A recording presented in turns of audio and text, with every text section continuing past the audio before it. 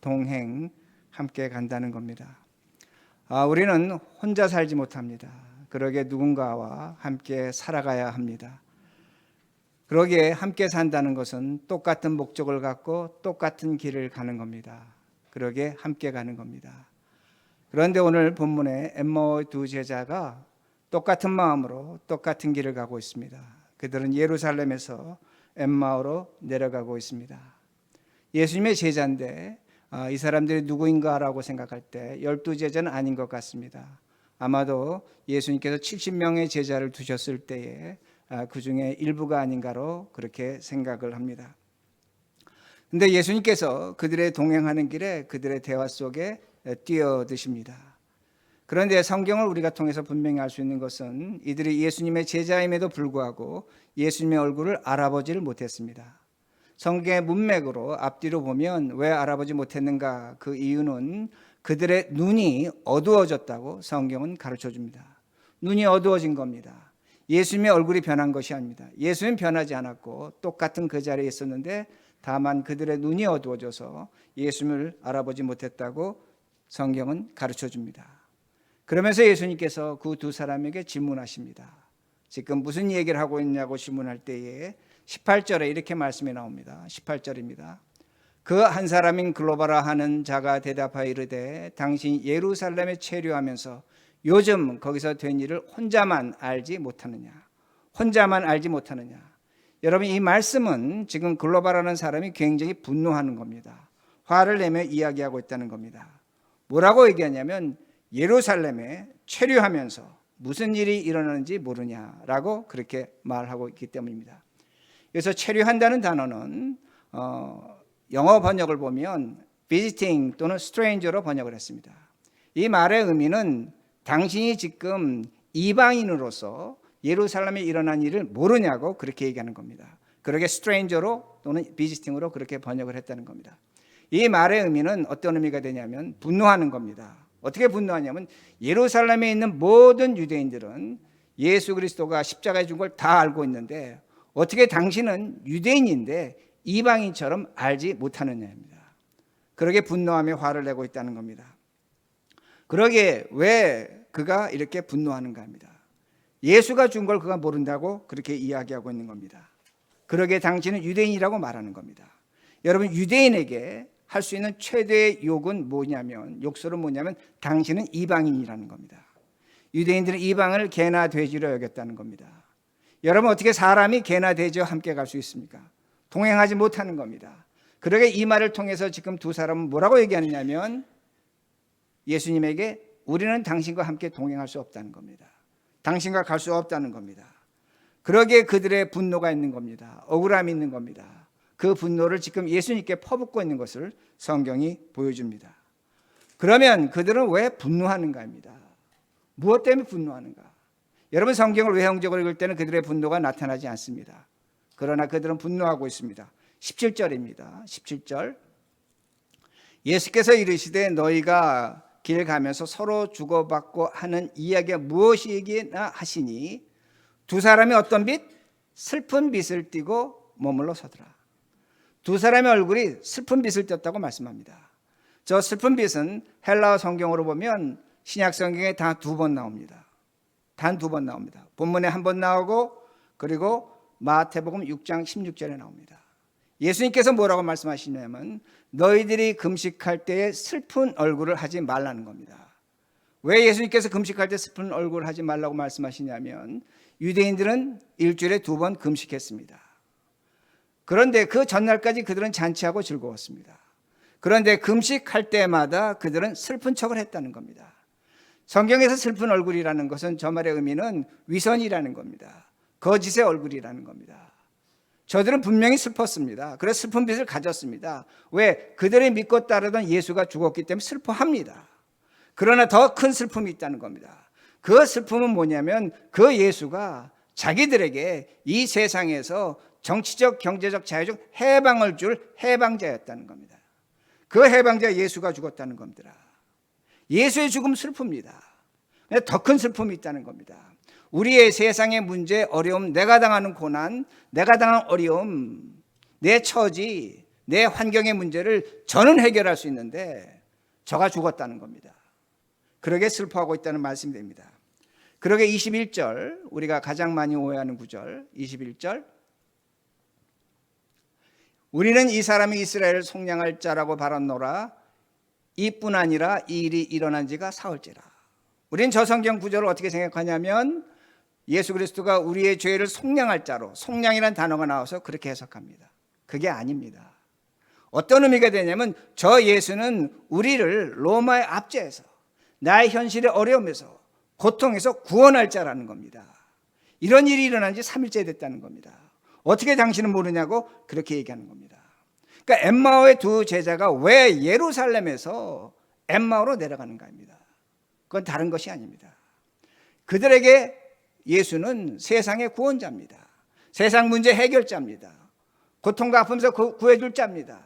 문제 해결할 수 있는 해방자라는 겁니다. 자신들에게 정치적 자유와 해방을 줄 것이며 물질적 풍요함을 줄 것인 하나님의 아들 메시아라는 겁니다. 그가 죽었다는 겁니다. 그러므로 그들은 슬퍼한다는 겁니다. 그들의 슬픔의 이유는 예수가 죽은 거 맞습니다. 그러나 그들의 혁명, 예수의 혁명이 실패했다는 겁니다. 예수 그리스도의 십자가의 죽음은 그들의 꿈과 희망을 빼앗아 갔습니다. 예수 그리스도의 십자가는 그들이 기대하던 것이 아닙니다. 원하는 것이 아닙니다. 그런데 예수가 죽었다는 겁니다. 그들이 원하는 건 뭡니까? 제자들도 마찬가지였습니다. 예수가 살아서 로마를 뒤집고 혁명을 일으키는 겁니다. 하나님의 나라를 이 땅에 세우는 것이라는 겁니다. 좀 더 제가 직설적으로 표현한다면 잘 먹고 잘 사는 것이었습니다. 잘 먹고 잘 사는 일이 끝났다는 겁니다. 그래서 슬퍼한다는 말씀이 됩니다. 엠마오의 두 제자, 엠마오가 지금 어딘지는 우리가 알 수 없습니다. 그들은 분명히 가난했을 거고 어려웠을 것이고 문제가 있을 것입니다. 그러게 예수를 따른 겁니다. 그러게 예수를 살려면 올라간 겁니다. 혁명을 위해서, 세상을 뒤바꾸는 걸 위해서. 그런데 그 예수는 십자가에서 허무하게 죽었다는 겁니다. 그러게 그들은 절망하며 억울해하며 분통해하며 예루살렘에서 엠마오로 내려가고 있다는 겁니다. 오늘날 우리의 모습이 누구의 모습입니까? 엠마오의 두 제자와 똑같다는 겁니다. 우리가 세상에 살면서 세상에 주어진 환경이 있습니다. 돈에서, 건강에서, 인간과 인간관계에서 우리는 해방을 얻어야 됩니다. 그런데 현실적으로 해방을 얻지 못합니다. 우리 모두 믿고 찬양하는 것이 뭐냐면 예수 그리스도가 우리를 죄에서 용서하셨습니다. 아멘 할렐루야 합니다. 그러나 여러분들이 정말로 여러분의 현실에서, 여러분의 삶에서, 여러분의 인간관계에서, 돈에서 해방을 얻었는가 합니다. 해방 얻지 못했습니다. 노예로, 종으로 살아가고 있다는 겁니다. 그러게 많은 신자들이 질문합니다. 예수는 우리의 죄를, 우리를 죄에서 해방했는데 왜 나의 현실의 문제를 이것 하나 해결하지 못하는가라고 그렇게 질문하고 있다는 겁니다. 우리의 현실에 해방은 없다는 겁니다. 해방이 주어져야 했는데 주어지지 않는다는 겁니다. 며칠 전에 어느 분이 저에게 이렇게 말합니다. 세상에서 사는 것이 너무나 힘듭니다. 교인이 얘기하는 겁니다. 목사님, 세상 사는 것이 너무나 힘들다는 겁니다. 하나님 복의 하나님이라고 하는데 왜 우리에게 복을 주시지 않습니까? 왜 이렇게 힘들게 합니까? 차라리 복이 아니라 하나님께서 문제라도 주시지 않았으면 좋겠습니다. 내 삶의 매일매일이 문제와 어려움이라고 그렇게 고백을 합니다. 이게 누구 얘기입니까? 다른 사람의 얘기입니까? 여러분의 얘기입니다. 우리의 얘기입니다. 제가 목회 초반에 어떤 젊은 부부를 만났습니다. 아기를 안고 찾아왔습니다. 그 아내는 정말로 예뻤습니다. 그 아내는 정말로 예뻤고 지나가면 모든 사람이 쳐다봤습니다. 남편도 잘생겼습니다. 그리고 얼마 되지 않아서 아내가 암에 걸렸습니다. 암에 걸려서 얼마간 투병하다가 죽었습니다. 제가 그 남자의 집을 찾아갔습니다. 그 남자가 제가 생생하게 기억합니다. 아기를 가슴에 안고 저에게 이렇게 말합니다. 하나님이 살아있다면 왜 우리 가족을 버렸습니까? 왜 우리의 소원과 우리의 기도를 하나님께서 들어주지 않습니까? 왜 하나님은 살아계시고 사랑의 하나님이라고 하면서 왜 아기에게, 나에게 이런 고통을 주십니까? 저는 대답하지 못합니다. 듣기만 했습니다. 저와 계속 연락이 있었습니다. 그리고 몇 년 후에 그가 저를 찾아왔습니다. 목사님, 저 군대 가겠습니다. 군대 가서 훈련 받았습니다. 이라크로 파병을 받았습니다. 저는 알고 있습니다. 그가 적과 싸우려 군대 간 것이 아닙니다. 그는 하나님과 싸우러 갔습니다. 하나님이 정말로 살아계신가 살아계지 않는가를 확인하고 싶었다는 말씀이 됩니다. 왜 확인하고 싶었냐면 그는 하나님이 죽었다고 생각했습니다. 왜냐하면 그의 희망, 사랑하는 아내, 아름다운 아내가 죽었기에 예수는 죽었다는 겁니다. 하나님은 없다고 그렇게 말합니다. 그러게 다시 제가 여러분에게 질문합니다. 여러분의 하나님은 어디 있습니까? 여러분의 예수 그리스도는 어디 있습니까? 하나님이 지금 우리는 동행하고 있습니까? 아멘, 할렐루야, 찬송합니다. 제가 다시 한번 질문합니다. 정말로 하나님이 여러분의 삶 속에 동행하고 있습니까? 여러분이 하나님을 구체적으로 만나고 있는가입니다. 우리 모두도 어떤 면에서 이 삶에 찌들어서 지쳐서 예루살렘에서 엠마오로 내려가고 있다는 겁니다. 우리 솔직히 얘기해야 됩니다. 때로는 목사인 저도 마찬가지고 여러분도 마찬가지입니다. 교인들도 찾아와서 말합니다. 신앙생활이 너무나 힘듭니다. 예수 믿는 것 포기하고 싶습니다. 우리에게 예수는 죽은 예수로 나타나고 있다는 겁니다. 왜 이런 일이 일어납니까? 왜 우리가 이렇게 예수를 믿어야 됩니까? 오늘날 교인들이 성경을 알아야 됩니다. 그런데 역설적이지만 성경의 내용을 너무나 잘 알고 있기에 이게 문제라는 겁니다. 아니, 목사가 무슨 얘기를 하는가? 교인들에게 성경 읽으라고 하면서 어떻게 성경을 알아서 문제가 되는가? 여러분, 성경 읽으셔야 됩니다. 근데 오늘날 우리에게 문제는 뭐냐면 성경의 스토리를 알고 있습니다. 시작과 끝을 알고 있다는 겁니다. 예수님이 십자가에 죽으시고 부활하시고 하늘나라 올라가셨다, 우리 알고 있습니다. 근데 이게 예수를 믿는데 죄송하지만 하나님을 질문하는 데에 대해서 걸림돌이 된다는 겁니다. 왜 제가 이렇게 말씀을 드리냐면 성경에 나온 인물들은 그들은 당하는 사건이었습니다. 무슨 말씀이냐면 그들은 결과를 알지 못했습니다. 예수를 믿고 따랐지만 현재 상황에서 예수는 죽은 예수라는 겁니다. 부활의 예수 아직도 모르고 있다는 겁니다. 이게 성경에 나온 인물의 사건이라는 겁니다. 우리가 성경을 제대로 이해하려면 여러분 결과를 생각하지 말아야 됩니다. 문제는 뭐냐면 오늘 예수를 믿는다 하는 건 맞는데 결과를 생각하니까 믿음이 뒤틀려 버린 겁니다. 무슨 말씀인지 이해가 되십니까? 이해 못하면 할 수 없습니다. 여러분들이 성경을 알아야 됩니다. 문제는 뭐냐면 결과를 알고 있기 때문에 과정에 당하는 일을 무시하고 있다는 겁니다. 성경에서 나오는 수많은 인물들은 그저 당하는 사건입니다. 오늘 성경 우리에게 보여줍니다. 예수님의 제자들과 엠마오의 제자들 똑같이 보여준다는 겁니다. 이걸 누가복음이 독특하게 알려줍니다. 그러기에 어떤 사건이 있었습니까? 예수님이 십자가에 죽은 후에 여자 둘이 예수님 몸에 향유를 받으려고 무덤에 찾아갔습니다. 23절과 24절입니다. 예수가 죽었는가 살았는가? 그의 시체는 보지 못하고 와서 그가 살아나셨다 하는 천사들의 나타남을 보았다 함이라.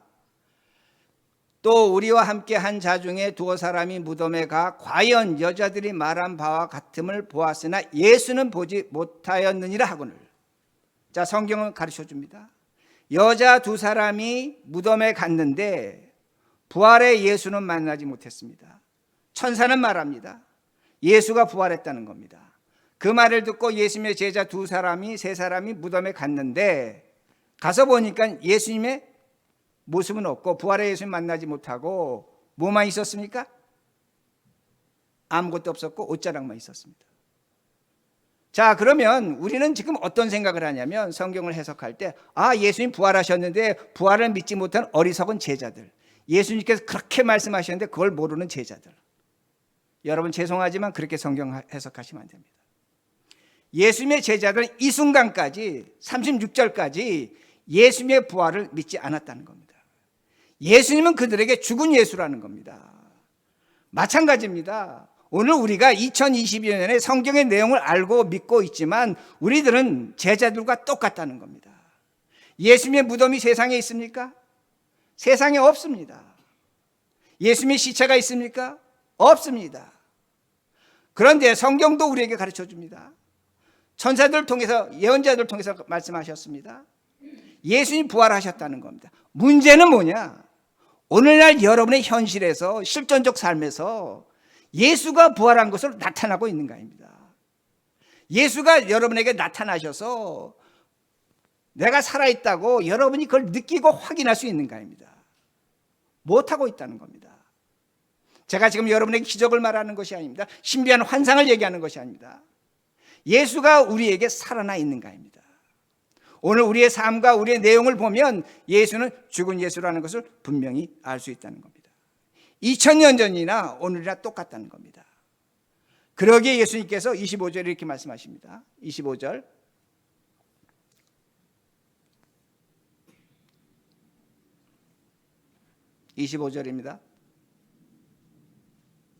제가 읽습니다. 이르시되 미련하고 선지자들이 말한 모든 것을 마음에 더디 믿는 자들이여. 왜 오늘 우리가 예수를 제대로 못 믿는가? 예수님 뭐라고 말씀하시냐면 오늘날 그 제자들과 우리들에게 미련하다고 말씀하죠. foolish라고 말씀합니다.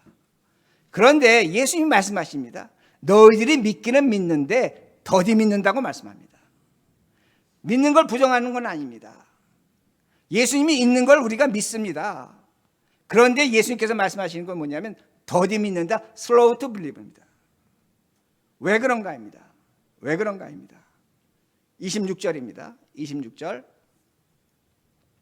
그리스도가 이런 고난을 받고 자기의 영광에 들어가야 할 것이 아니냐 하시고, 예수님께서 말씀하시는데 지금 너희들이 믿는 믿음의 순서를 우리들이 믿는 순서를 말씀하신 겁니다. 뭐라고 말씀하시냐면 고난 후에 영광이 있다는 겁니다. 정상적 믿음은 뭐라고 말씀하시냐면 예수님께서 고난 후에 영광이 있다는 겁니다. 근데 오늘날 우리의 믿음은 뭡니까? 영광이 먼저입니다. 고난은 우리와 상관없다고 생각하는 겁니다. 예수님께서 분명히 가르쳐 주는 것이 뭐냐면 너희들이 정상적으로 나를 믿으려면 고난 후에 영광이라는 겁니다. 문제는 뭡니까? 오늘 우리가 왜 예수가 죽었다고 생각하고 왜 예수님이 없다고 생각합니까? 왜 엠마오 두 제자들이 예루살렘에서 지금 엠마오로 내려갑니까? 영광이었습니다. 세상의 승리였습니다. 세상 것을 이루는 것이었습니다. 그것이 이루어지지 않자 그들은 절망하고 낙심하는 겁니다. 분노하는 겁니다. 근데 예수님 말씀하십니다. 그 두 제자에게 뭐라고 말씀하시냐면 믿음의 순서가 틀렸다는 겁니다. 믿음의 순서가 뭐냐? 고난이 먼저라는 겁니다. 그 후에 주어질 영광을 너희들이 알 수 있다는 것을 분명히 말씀하십니다. 그러게 저는 이렇게 말씀드립니다. 고난이 없으면 믿음도 없습니다. 고난이 없으면 믿음이 무엇인지 확인하지 못한다는 겁니다. 제가 이걸 이렇게 설명합니다. 신학적으로 풉니다. 제가 여러분들에게 그동안 카이로스와 크로노스에 대해서 여러 차례 설명드렸기 때문에 두 번 설명하지 않습니다. 그러게 이렇게 말씀드립니다. 예수님은 우리와 똑같은 사람입니다. 그러게 시간 크로노스 속에 오셨습니다. 크로노스라는 시간은 제가 말씀드렸지만 행복과 불행, 성공과 실패, 기쁨과 슬픔 모든 걸 갖춘 인간의 시간입니다. 예수님은 사람이시기 때문에 인간의 시간으로 분명히 들어오셨습니다. 그런데 그 예수님은 한 가지 시간을 더 갖고 있습니다. 카이로스, 카리스, 은혜의 시간을 갖고 있습니다. 그러기에 예수 믿는 자들에게는 두 가지 시간이 주어집니다. 성경은 카이로스를 때라고 얘기합니다. 세상의 시간과 하나님의 시간이 동시에 주어집니다. 그러나 예수를 믿지 않는 사람들에게는 크로노스만 주어집니다. 그들의 생이 끝나면 크로노스로 끝나고 카리스가 없기 때문에 하나님의 심판에 이르는 것을 성경은 가르쳐 줍니다. 예수님은 십자가에서 돌아가셨습니다. 돌아가실 때 무슨 시간이 끝났습니까? 무슨 시간이 끝났습니까? 크로노스가 끝난 겁니다. 사람의 시간이 끝난 겁니다. 그리고 예수님께서 무슨 시간이 남았습니까? 카이로스 은혜의 시간이 남았기 때문에 예수님 부활하실 수밖에 없습니다. 그러게 성경 우리에게 가르쳐 주는 겁니다. 우리가 예수를 믿는다는 것은 시간을 두 개 갖고 있는데 카이로스와 크로노스를 갖고 있는데 크로노스는 영원한 시간이 아닙니다. 짧은 인생의 시간입니다. 그리고 우리에게도 카리스가 남아있기 때문에, 은혜가 남아있기 때문에 우리도 그리스도와 똑같이 부활할 수 있다는 것을 분명히 믿습니다. 카리스라는 시간은 영원한 겁니다. 크로노스는 짧은 시간입니다. 제가 이걸 성경적 근거로 찾는다면 성경에 수없는 신앙의 사람들이 이 카리스와 크로노스로 살았습니다. 대표적인 게 누굽니까? 아브라함입니다. 아브라함이 아들 이삭을 죽이려고 칼을 들었습니다. 칼을 죽일 때 하나님이 없었습니다. 찌르면 죽이는 겁니다. 약속의 자손을 죽이는 겁니다. 그런데 하나님께서 나타나십니다. 여호와 이레로 나타나십니다. 여러분, 성경에 보면 누가 있습니까? 야곱이 있습니다. 야복강을 건너가면 그는 죽습니다. 강에 홀로 남아 있습니다. 아무도 없었습니다. 죽음만 남아 있습니다. 근데 그때 하나님이 나타나셨습니다. 하나님과 야곱이 야복강에서 씨름한 것을 우리는 알고 있습니다. 예수님의 제자들 마찬가지입니다. 바울도 마찬가지입니다. 그들이 죽음의 자리에 섰습니다. 그들이 죽음의 자리에 섰을 때 하나님은 분명히 없었습니다. 그러나 죽음 앞에 그들은 하나님을 봤습니다. 그러기에 그들은 죽음을 이길 수 있는 세상의 사람이 됐다는 겁니다. 그러기에 우리에게는 크로노스가 있습니다. 고난이 있습니다. 슬픔이 있습니다. 아픔이 있습니다. 병든 것이 있습니다. 그러나 우리가 굳건히 밀어야 될 것은 뭐냐면 우리의 시간 속에 하나님의 시간, 카리스, 은혜의 시간이 있다는 것을 분명히 기억하셔야 됩니다. 정상적인 믿음은 뭐냐입니다. 오늘날 예수 믿는 우리의 믿음이 뭐냐입니다. 순서가 뒤바뀌었다는 겁니다. 교회 와서 영광을 누리러 갑니다. 엠마오의 두 제자처럼 내가 세상의 문제가 해결되고 세상의 것을 얻고 세상의 승리자로 살아가겠다는 겁니다. 성경은 그렇게 말하지 않습니다. 성경은 그리스도와 함께 고난이라고 분명히 말씀합니다. 그 고난이 죽을 것 같습니다. 참지 못할 것 같습니다. 나를 구렁텅이로 나락으로 떨어뜨립니다. 그러나 그 고난에 무엇이 있느냐입니다. 하나님의 은혜 카리스가 찾아온다는 것을 분명히 기억하셔야 됩니다. 그러게 어떤 분은 이렇게 얘기합니다. 그럼 예수 믿지 않으면 되지 않습니까? 얼마나 바보 같은 사람입니까? 예수를 믿어도 인간은 크로노메라, 여러분 시계 차고 있는 것처럼 이 시간 속에 살아갈 수밖에 없다는 겁니다. 그러게 인간은 고난을 벗어나지 못합니다. 예수를 믿어도 믿지 않아도 고난을 벗어나지 못하는 겁니다. 그러나 우리에게 은혜가 있다면, 하나님의 은혜가 있다면 우리에게는 하나님의 시간, 카리스, 예수 그리스도의 시간이 주어지고 있다는 겁니다. 이것을 여러분이 확인하셔야 됩니다. 그러기에 예수 믿는 것이 무엇인지를 똑바로 기억하시기 바랍니다. 제가 왜 이렇게 강조하냐면 저는 이제 여러분 앞에 설교할 날이 몇 번 남지 않았습니다. 그러기에 여러분들이 예수 믿는 것이 뭐냐, 교회에서 잘 먹고 잘 살고 건강하고 행복하고 세상에 출세하고 성공하느냐, 그건 여러분의 노력에 달린 겁니다. 여러분의 실력에 다른 겁니다. 그러나 그 사람도 세상에서 고난 당합니다. 남들이 알지 못하는 슬픔과 아픔을 갖고 살아갈 수밖에 없습니다. 세상 꼭대기에 있다고 할지라도, 세상에 영광이 있다고 할지라도 인간은 인간입니다. 거기에 고난이 있고 거기에 슬픔이 있는 겁니다. 그걸 우리는 무엇으로 이길 수 있는가? 예수 그리스도의 은혜, 카리스, 하나님의 시간이 있다는 것을 분명히 기억하셔야 됩니다. 제가 좀 전에 그 젊은 사람의 이야기를 했습니다. 그리고 4년이 지났습니다. 어느 날 제가 교회에 와 있는데 전화가 왔습니다. 전화가 와서 뭐라고 얘기했냐면, 목사님 저 미국에 돌아왔습니다. 어디 있느냐? 병원에 있습니다. 어떻게 병원에 있느냐? 자세히는 얘기 안 해줍니다. 근데 그가 특수부대로 가서 싸운 것 같습니다. 그리고 장갑차를 타고 가다가 지뢰를 밟아서 차가 뒤집어졌다고 그렇게 말합니다. 그리고 저에게 말합니다. 목사님, 저는 더 이상 하나님의 일을 할 수가 없습니다. 왜 그가 그렇게 말하냐면, 그가 군대 가기 전에 제가 권했습니다. 너 목회해라, 신학해라. 똑똑한 사람입니다. 그런데 그가 거부를 했습니다. 그러면서 말하는 게 뭐냐면, 목사님, 내 손에는 피가 많이 묻어 있습니다.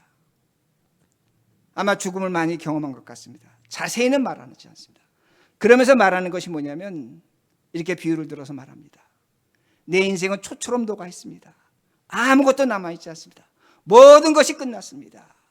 그리고 내 병든 몸, 부산당한 몸만 남아있다고 그렇게 말합니다. 그러게 제가 그에게 이렇게 얘기해 줬습니다. 뭐라고 제가 얘기해 줬냐면, 너가 하나님이 없다고 해서 하나님이 너를 버린다면 나도 그 하나님 안 믿는다. 나 목사 안 한다. 너에 의해서 하나님이 결정되는 것이 아니다. 너의 환경에 의해서, 너의 자격과 조건에 의해서 하나님이 결정된다면 우리 예수 믿을 필요 없다. 나 예수 안 믿는다. 하나님은 너를 사랑하신다. 왜? 네 인생이 녹아서 초처럼 돼서 아무것도 없고 끝났다고 생각할 때, 네 시간이 끝났다고 했을 때, 그때 하나님의 시간이 찾아온다고 그렇게 얘기했습니다. 왜 제가 그렇게 얘기할 수 있습니까? 아브라함이 그랬습니다. 야곱이 그랬습니다. 우리의 신앙의 선배들이, 다윗이, 모든 사람들이 그렇게 하나님 믿고 살았다는 겁니다. 이게 정상적 믿음이라는 겁니다. 문제는 뭐냐? 오늘날 교회의 문제는 뭐냐? 교인들의 문제는 뭐냐? 이 믿음을 뒤집었다는 겁니다. 내가 잘 되고 잘 먹고 잘 사는 것이 믿음의 결과고 복의 결과라고 생각합니다. 여러분, 복의 결과가 뭔 줄 아십니까? 진정한 복은 예수 그리스도의 십자가를 지는 겁니다. 그러게 제가 목이 터지려 외치는 겁니다. 왜 십자가를 지라고 하는가? 왜 저 목사는 똑같은 설교를 반복하는가? 그게 복음입니다. 또 하나님이 나타납니다. 엠마오 제자들과 둘이 함께 길을 가다가 제자들이 간청을 합니다. 우리 함께 식사합시다.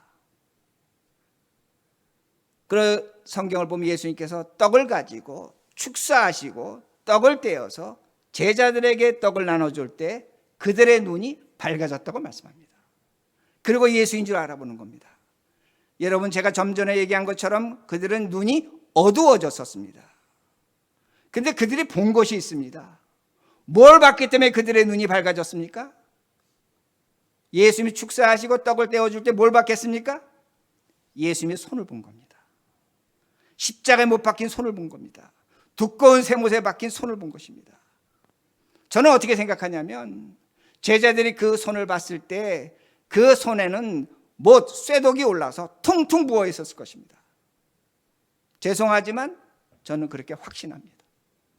왜 확신하는지 이유는 말씀 안 드리겠습니다. 퉁퉁 부어 있었을 것입니다. 구멍을 봤습니다. 예수님의 제자들은 예수님의 발을 봤을 때 발도 퉁퉁 부었을 것입니다. 십자가에 목구멍이 있었을 것이라는 겁니다. 그리고 그들의 눈이 밝아져서 예수인 줄 알았다고 성경은 가르쳐 줍니다. 여러분, 여기서 얼마나 우리가 허망합니까? 뭘 못 봤기 때문에 뭘 못 봤습니까? 그들이 예수님의 스티그마, 손에 못자국, 허리에 창자국, 발에 못자국을 못 봤을 때 그들은 예수인 줄 모른 겁니다. 여러분, 예수님에게 창자국이 있습니다. 못자국이 있습니다. 발에 못자국이 있습니다. 이걸 우리 스티그마, 흔적이라고 말합니다. 성경에 보면 갈라디아서 6장에 바울이 나는 그리스도의 흔적을 가졌노라고 말합니다. 바울이 못에 박혔습니까? 바울이 창에 찔렸습니까? 아닙니다. 여러분도 마찬가지입니다. 여러분도 예수 그리스도의 흔적을 얼마든지 가질 수 있다는 겁니다. 내가 오늘 당하는 삶의 고통, 아픔, 질병, 가난, 억울함, 슬픔, 그리스도의 창자국입니다. 그리스도의 흔적입니다. 그리스도의 못자국이라는 겁니다. 고난은 우리의 눈을 밝혀줍니다. 아멘. 고난은 여러분을 예수를 만나게 합니다. 고난이 없는 신앙으로 예수를 만난다? 저는 믿지 않습니다. 그러기에 고난은 모든 인간이 당하는 거지만 우리에게 주어진 특권은 뭐냐면 그 고난을 통해서 우리라는 인간이 숭고해진다는 겁니다. 죄인이지만 하나님 얼굴 보고 하나님의 살아계심을 실존적으로 경험할 수 있다는 말씀이 됩니다. 제가 어떤 사람의 일생을 소개합니다. 그는 어려서 예수를 믿었습니다. 25살에 결혼했는데 결혼하자마자 여자가 집을 나갔습니다. 이유를 알 수 없습니다. 그러기에 그가 이혼을 당합니다. 그리고 그가 29살에 다시 현숙한 여인과 결혼했습니다. 근데 그가 나라에서 불경죄로 인해서 엄청난 핍박을 받고 삶이 빈궁했습니다. 아내가 너무나 고생했습니다. 그 아내가 나이 30에 죽었습니다. 1년도 되지 않아서 둘째 아내가 죽었다는 겁니다. 그가 32살에 다시 결혼을 했습니다. 그리고 34살 돼서 3번 결혼해서 딸을 얻었습니다. 그 딸이 아름답게 잘 커졌습니다. 그의 나이 50대일 때 그 딸이 16살이었습니다. 16살 때 하나님께서 그 딸의 생명을 거두어 가셨습니다. 너무나 분통이 터지는 겁니다. 너무나 슬픔이 있는 겁니다. 그러기에 그는 그 아픔과 슬픔을 갖고 욥기를 썼습니다. 그리고 64세에 고통의 복음이라는 책을 씁니다. 그리고 그가 죽을 때까지 10세 죽을 때까지 그는 복음을 전합니다. 그러나 그는 세상에서 끝없는 핍박과 고난을 당합니다. 이 사람이 누구인가? 제가 설교 때 여러 번 인용하고 제가 가장 존경하는 인물입니다. 우찌무라 간조입니다. 일본 제국시대 때의 사상가 우찌무라 간조가 됩니다.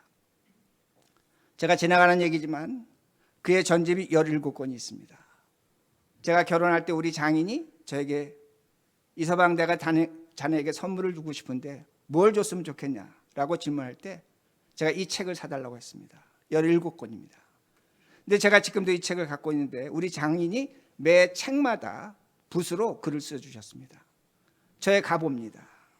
근데 제가 그 책을 읽고 내린 결론이 있습니다. 우찌무라 간조의 모든 책을 읽고 내린 결론은 뭐냐면 고난은 인간을 숭고하게 만든다는 겁니다. 고난은 어두운 눈에서 밝은 눈을 갖고 하나님을 본다는 겁니다. 이게 결론입니다. 여러분 인생에 고난이 있습니까? 아픔이 있습니까? 억울함이 있습니까? 죽을 것 같습니까? 죽으시기 바랍니다. 십자가 지시기 바랍니다. 그러나 그 순간에 하나님의 영광이 찾아오는 겁니다. 성경이 우리에게 수많은 영광을 말하지만 오늘날 많은 신도들이 영광하지만 진정한 영광을 누리고 있는가 합니다.